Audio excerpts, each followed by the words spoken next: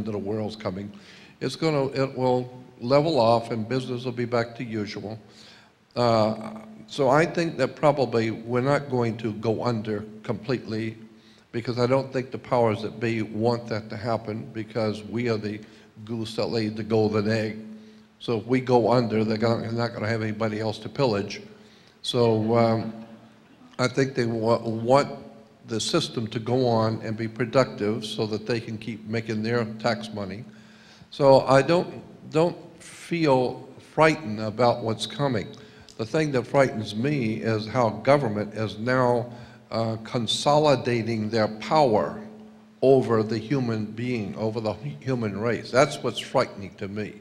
I'm not concerned about the economics, because people who are purely materialistic in their thinking, they're going to have a hard problem. But if you are spiritually in tune with the Spirit and depend on the Spirit of the universe to protect you, and keep the right attitude about your spiritual person of yourself with that divine force in the universe, I think that you'll be protected. You will come through this, because I place a lot of emphasis on spiritual protection, you know, talking to the Spirit, asking for divine guidance and protection. But so many people do not have that ability to really tap into the Spirit. They're more religious, but religion's not going to save you. Religion is just a corporate game. So that's why I said before, if you can tap into your own spirituality and talk to the Spirit. This is just one man talking, just my opinion, but I'm going to tell you what I think the smart thing to do is. To find a place that when you're by yourself, and talk to the divine Spirit in the universe. Talk to the Spirit audibly, and ask the Spirit to protect you. Ask the Spirit to show you what it is you're supposed to do. What does the Spirit have in mind for you to do, and to protect you, etc. Talk to the Spirit as if you're talking to a very powerful king or a very powerful man, and be intelligent the way you're talking to the Spirit. Then, after asking the Spirit for protection and guidance, ask the Spirit to show you that it's hearing you. Say to the spirit world, show me that you're hearing me. Show me that you are hearing what I'm saying. Give me a sign that you're hearing me. And you'll be surprised what will happen. You would be shocked at some of the things that might happen to you. Things might start opening up to you, opportunities opening up to you that your neighbors don't have. Why, Bill? You ask and you receive. Like the Bible has Jesus saying, you have not because you ask not. So I think it's wise to start looking more into the Spirit of God, so to speak, more into your own spiritual connection with the universe and asking for protection and guidance. And I'm not too worried about what the future holds. Again, I see the thing that I'm concerned about the future is how people are giving over their spirituality and their humanitarian, their humanism to a mechanized superstructure of some new world order. That's what frightens me. When people are giving their minds and their spirits over to the powers that be. That is very dangerous. That is frightening to me because it's going to impact our civilization. Sooner or later, it's going to begin to impact us. I mean, in this country, we love to brag about how we got computers that can think for themselves, but we can't think for ourselves. I mean, at least we got computers that can do it. You know, so I'm saying, turn inward to your spiritual self and talk to the Spirit and ask the Spirit to protect you, guide you, and I think that doing that is a lot better than worrying about the economic situation, because I do believe that there is some kind of a spiritual matrix at work in the universe, and those who call upon the Spirit for protection and guidance will get it. So that's what I feel.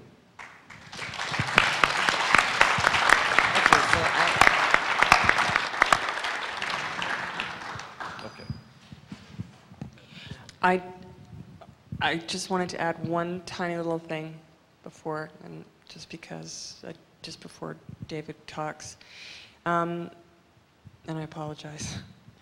You know, people talk about being a slave and being on the planet and so forth, and I just wanted to say that I'm not one. I'm not a slave to anyone at any time. I wake up every morning and make a conscious decision of what it is that I'm going to do, because no one can enslave my mind. And every time I walk down the street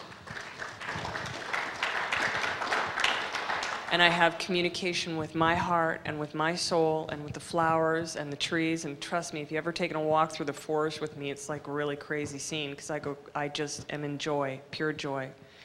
I'm not enslaved. So I just wanted to say that, and thank you.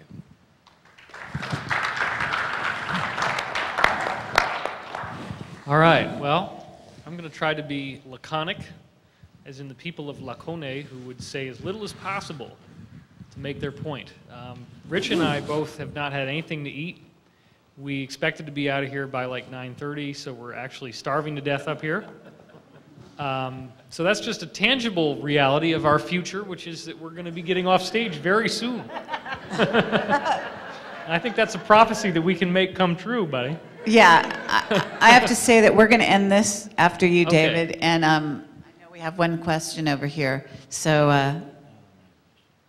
Yeah, I just have a biological need to, you know, nourish this physical vehicle in some form. And Right I think we can get room service after 11 p.m. There's some kind of like little menu they give you. But anyway, practical stuff here. You all know my background, and you know that I took remote viewing protocols and was able to use them to gain verbal information, which I call readings. Many other people call them readings.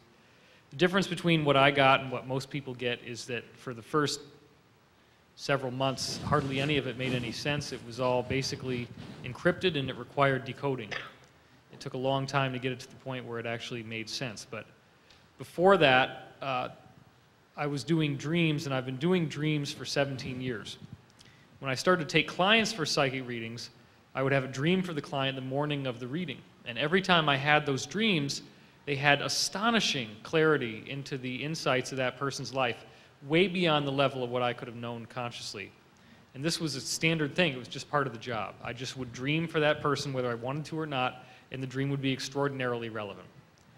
I have had prophetic dreams for a long, long time, many, many cases of validation. I dreamed about Michael Jackson dying 6 weeks before he did. I was walking around with him, and he had a heart attack from the fear of his own public. He was terrified of the people. The thing that happened in this dream, and this is one of about 50 dreams that I'm in the process of compiling, is it told me that there was a group of people there, and they said it's such a shame that he passed away now because this huge change is about to happen in the world that he's been working for all of his life, and he wants to see this thing happen. Because what's going to happen is this massive, massive shift in the power structure and the balance from the masculine patriarchal way of doing things, reintegrating the feminine, the lunar, the sensitive, the emotional, and the compassion.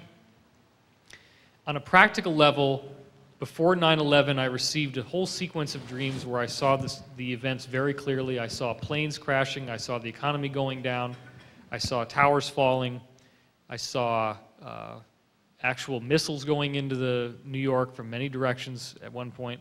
So they were metaphorical statements. Now, I have never, ever in my life had as many dreams about one upcoming future event as I have about what's going to be happening in the near future. I've never, ever had this much data.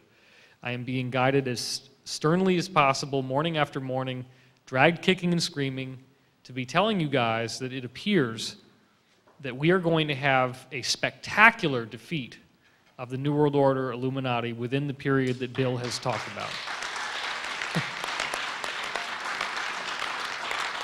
And I don't want to take my word for it, because a year from now somebody could download this video on YouTube and say, oh, David is full of it. But the fact is, I try to use my dream data as a nudge to figure out what's really out there, what's really the data that we can look at and tangibly measure and study, because I would never want to be somebody just making proclamations because take my word for it.